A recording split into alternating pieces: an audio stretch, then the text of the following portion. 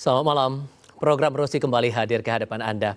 Malam ini giliran saya, Tifal Solesa, yang akan memandu diskusi di program Rosi dengan tema Ijazah Jokowi, kebenaran versus kepercayaan. Polda Metro Jaya sudah melakukan gelar perkara khusus sesuai permintaan kubu Roy Suryo CS. Penyidik menunjukkan dokumen yang disebut sebagai ijazah asli Jokowi. Roy Suryo CS mengaku melihatnya, namun tetap meragukan keaslian ijazah tersebut. Lalu bagaimana penyelesaian yang lebih adil terkait kasus ini, mengingat perkara ini bukan sekadar menyangkut individu tapi masa depan penegakan hukum di Indonesia. Malam ini saya mengundang Rismon Sianipar, tersangka kasus tudingan ijazah palsu Jokowi, dan kami masih menantikan kehadiran Yakub Hasibuan, kuasa hukum Presiden ke-7 RI Joko Widodo. Bang Rismon, apa kabar, Bang? Bangga jadi tersangka. Kenapa dalam begitu? Perjuangan ini. Nggak pernah rasa-rasanya saya dengar ada orang bangga jadi tersangka. Ini bukan kriminal saya. Saya ingin mencari kebenaran.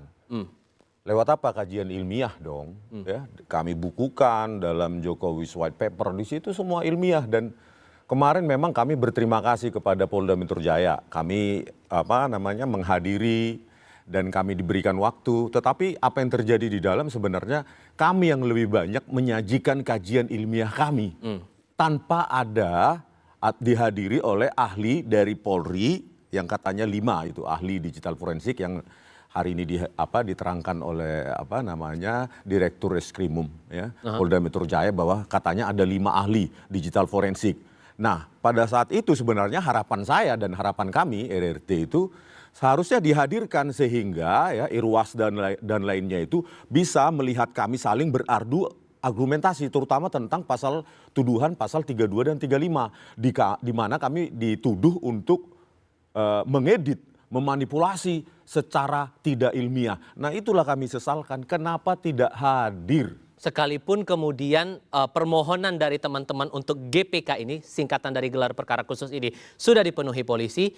Berarti dengan argumen Anda tadi, Bang, saya bisa nyatakan bahwa nuansa kebatinan selama GPK kemarin bukan hal yang selama perjalanannya tidak menguntungkan posisi Anda. Iya, selalu seperti itu. Kajian kami pada saat di gelar perkara khusus juga di Barreskrim Polri ya, Mei yang lalu, Juli ya, 9 Juli 2025 yang lalu, itu juga kami menyajikan kajian ilmiah kami secara sepihak.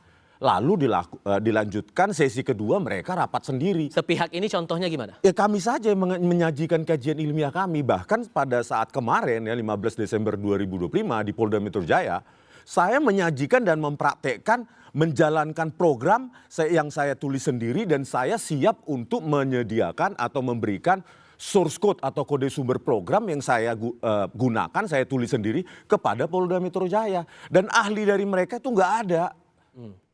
Kelima ahli digital forensik itu tidak ada yang menuduh kami itu, di mana kami dituduh menetapkan ROI atau region of interest yang jahat sehingga mendapatkan hasil yang seolah-olah kami memanipulasi begitu, Bang. Oke, hari ini tanggal 18 Desember 2025, Roy Suryo CS lewat tim kuasa hukumnya Ahmad Kozinudin melaksanakan konferensi pers, dan ia menyampaikan dari hasil situ, kesimpulan dari mereka dalam konferensi pers tadi menyampaikan bahwa prosedur dari penetapan tersangka ini cacat. Iya, Anda juga merasakan begitu? Ya iyalah, Bang. Ini kan pencarian kebenaran lewat kajian ilmiah. Bahwa buku kami juga, Jokowi's White Paper ini sudah kami berikan ke Presiden Prabowo Subianto. Lewat Kementerian Sekretariat Negara, bahkan kami ke Hambalang juga. Ini keseriusan, kecintaan kami terhadap Republik ini lewat ilmu kami.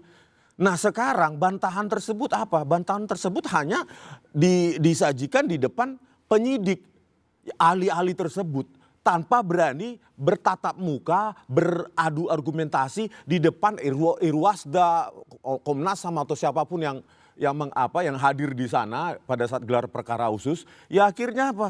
Bahkan saya katakan bahwa ujian skripsi pun jauh lebih bagus daripada gelar perkara khusus kemarin, karena ada bantahan, ada adu data, adu metode, adu prosedur, adu output dan segala macam.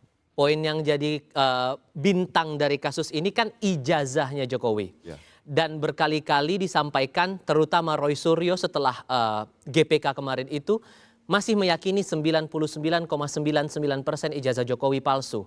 Tapi dalam konferensi pers di hari yang sama 18 Desember, Polda Metro Jaya menekankan bahwa yang dihadirkan dalam GPK saat itu adalah ijazah asli dari Presiden Joko Widodo, Presiden ke-7 Joko Widodo, dan itu sesuai dengan kesepakatan dari Presiden Jokowi untuk menghadirkan ijazah itu. Harusnya nggak perlu dipertanyakan lagi dong. Saya sepakat dengan statement Pak Roy Suryo, ya, bahwa yang dihadirkan kemarin kenapa langsung disimpulkan ijazah asli. Ya. Ijazah analog iya. Kalau kita dengar lagu itu boneka cantik dari India, boleh dilihat tak boleh dipegang. Itulah yang kami lakukan di situ. Hanya ditempatkan, dipegang oleh salah satu penyidik di sebuah meja, lalu kami hanya bisa pelototi dan mendekatkan wajah kami ke ijazah tersebut. Langsung disimpulkan itu ijazah asli, ya tidak. Dari sejumlah pengamatan kami, meskipun terpaksa kami lakukan dengan human vision, ya mata telanjang, itu ada sejumlah kejanggalan. Pertama, saya memprediksi tebal kertas itu, kok rasanya ya, karena cuma lewat mata, itu jauh lebih tebal ijazah SD saya. Gitu loh. Yang kedua, ada garis lurus hitam. Yang saya lihat itu cacat digital printing. Karena itu lurus, tidak acak. Garis lurus sebelah kiri dari ijazah analog yang ditunjukkan. Belum lagi dua bintik noda hitam. Nokta hitam itu saya kira itu cacat printing. Oke. Dan di bawah juga ada, di bagian bawah itu cacat printing juga seperti tinta-tinta. Oke. Gitu, Bang. Saya akan coba konfirmasi hal ini. Bang Rismon sudah ada di sini. Kuasa hukum Presiden ke-7 RI Joko Widodo, Yakub Hasibon juga sudah bergabung bersama kami. Saya undang ke sini. Mas Yakub, apa kabar? Sehat. Terima kasih Bang sudah Rismon. bergabung bersama kami. Silakan duduk. Masih tetap pada keyakinan. Nah, saya langsung saja karena sudah ada gilirannya Bang Rismon sudah saya tanyakan.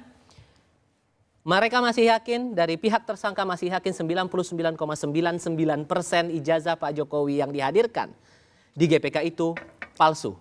Berlebihankah alasan mereka menurut Anda? Kalau dari kami sebenarnya cukup simpel, Mas. Kami sudah duga bahwa ini akan terjadi karena sejak awal juga sebelum akhirnya Dirkrimum sebagai pimpinan gelar menentukan suatu kebijakan untuk menunjukkan, kami juga sudah tahu bahwa apapun yang dilakukan sekaligus menunjukkan juga pasti akan dicari-cari lagi yang lain. Karena yang terakhir pun kalau mungkin Mas ingat dan semua pemirsa ingat bahwa 3 argumen yang terakhir digunakan itu kan tidak ada emboss, tidak ada watermark, tidak ada lintasan merah. Kemudian kemarin ketika ditunjukkan banyak sekali yang kaget ternyata. Mungkin kan ada tersangka lain dan kuasa hukum lain, bukan hanya Bang Rismon di situ. Mereka juga saya lihat agak terkaget juga bahwa ada salah satu kuasa hukum yang sampai menangis. Kalau Mas dengar beritanya Anda masuk TikTok dan sebagainya. Ternyata ada embossnya. Ternyata ada watermarknya. Lintasan merahnya ada ternyata. Yang selama ini kita lihat bahwa analisanya seakan-akan bahwa fotonya itu kan sama capnya itu tidak seperti seharusnya. Lintasan merahnya nggak ada, di jasnya tidak lewat. Ternyata lewat kok itu. Dan dengan mata telanjang pun kita bisa lihat jelas. Di meja kelihatan jelas semuanya itu. Dan kalau dari pihaknya tersangka, ini menilai bahwa GPK yang berlangsung saat itu tidak menguntungkan posisi mereka. Nuansa kebatinan versi Anda mewakili pihaknya Jokowi, gimana membaca saat itu? Iya, tentunya kami sebagai pelapor awalnya melihat bahwa itu adalah upaya mungkin untuk memperlambat proses penyidikan dan sebagainya. Namun ketika setelah itu dilaksanakan, kami cukup bersyukur akhirnya, Mas.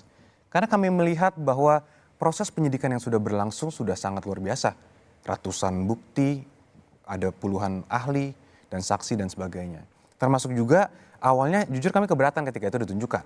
Karena dari awal kami juga sampaikan itu tidak diatur dalam hukum acara yang ada. Itu nanti adalah pembuktian hanya di persidangan, mengecek keabsahan barang bukti. Karena nantinya pasti akan ditunjukkan di persidangan. Tapi kelihatannya di situ pimpinan gelar juga mengatakan mempertimbangkan seluruh dinamika yang ada terjadi di masyarakat. Termasuk meminta pendapat dari ombudsman. Karena ada banyak sekali unsur di situ. Akhirnya ditunjukkan. Ternyata semua yang didalilkan itu, yang dibilang tidak ada semua. Jadi bagaimana lagi? Sekarang ada juga, ya mungkin ada sebagian orang yang tetap sportif saya lihat. Ada yang sportif mengakui ada itu. Tapi ada juga beberapa tersangka, ada pihak-pihak yang tetap tidak mau mengakui itu. Jadi ya kami lihat bahwa ya itu silahkan saja, karena bagaimanapun seorang tersangka berhak untuk membela diri, itu kami pahami. Tapi kalau kemudian posisi dari pelapor sendiri melihat dari gelar perkara khusus yang sudah berlangsung, pasal yang disangkakan menurut Anda sudah cukup atau ada hal lain sebetulnya masih harus digali lagi oleh polisi? Menurut kami sudah sangat sesuai dan kalau kita objektif melihatnya, ini sudah tidak akan lama lagi penyidikan yang dilakukan. Karena buktinya sudah cukup semua menurut kami. Sehingga nanti ketika ini dilimpahkan ke penuntut umum untuk melakukan penuntutan di persidangan, seharusnya sudah cukup komprehensif. Masalah durasi melihat ijazah juga saya cermati betul dari pihak tersangka. Terlalu sebentar, bahkan ada yang menyebut, Dr. Tifa bahkan sempat menyebut kepada publik, itu berlangsung di waktu-waktu sudah momennya mereka kelelahan menghadapi pemeriksaan ataupun gelar perkara yang cukup panjang. Hanya diberi waktu 5-7 menit saja melihat ijazah itu. Sehingga kan nggak bisa dengan detail mencermati ijazah yang disebut oleh pihak Anda adalah ijazah asli yang dihadirkan di situ. Ini sebenarnya poin yang sangat menarik, Mas. Kalau kita balik sedikit cara berpikirnya. Kalau begitu kok bisa bilang palsu? Kalau dibilang saya belum sempat melihat, belum sempat menganalisa. Kok bisa bilang palsu dari awal? Ternyata aslinya belum pernah dilihat. Itu pertama kali ternyata dilihat aslinya.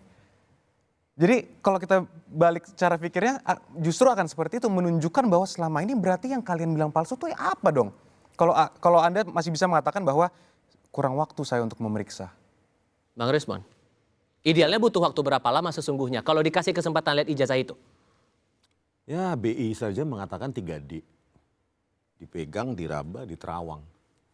Dilihat, dipegang, diterawang. Diraba, diterawang. Kemarin cuma apa? Dilihat pakai mata manusia. Oleh karena itu teknologi itulah, ya, teknologi, algoritma, metode itulah yang kami gunakan. Jadi bukan hanya jadi jangan digiring ya. Seolah-olah kami melakukan, bahkan masalah tentang emboss maupun watermark itu tidak masuk dalam kajian saya dalam Jokowi White Paper. Banyak yang lain, bukan itu. Itu bukan bagian dari kajian saya.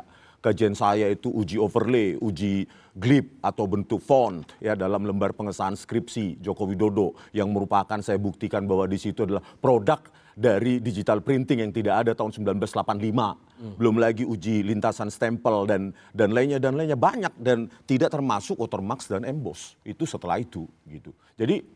Jadi apa yang ada, jadi bukan hanya yang dua itu membuktikan, terutama ini Bang, yang terakhir di sidang KIP 17 November 2025 kemarin.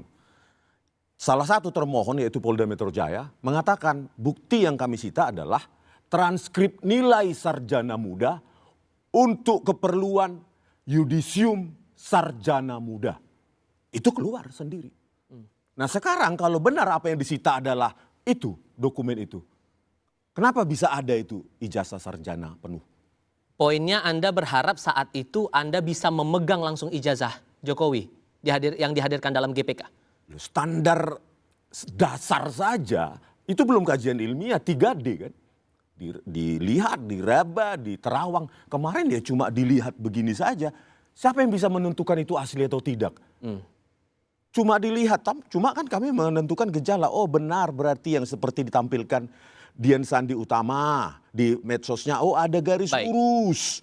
Itu apa ya garis lurus? Tentu itu hasil tool karena itu lurus. Sehingga bagaimana kemudian upaya masing-masing pihak membuktikan klaim mereka terkait ijazah Jokowi ini. Kami bahas sebentar lagi. Saya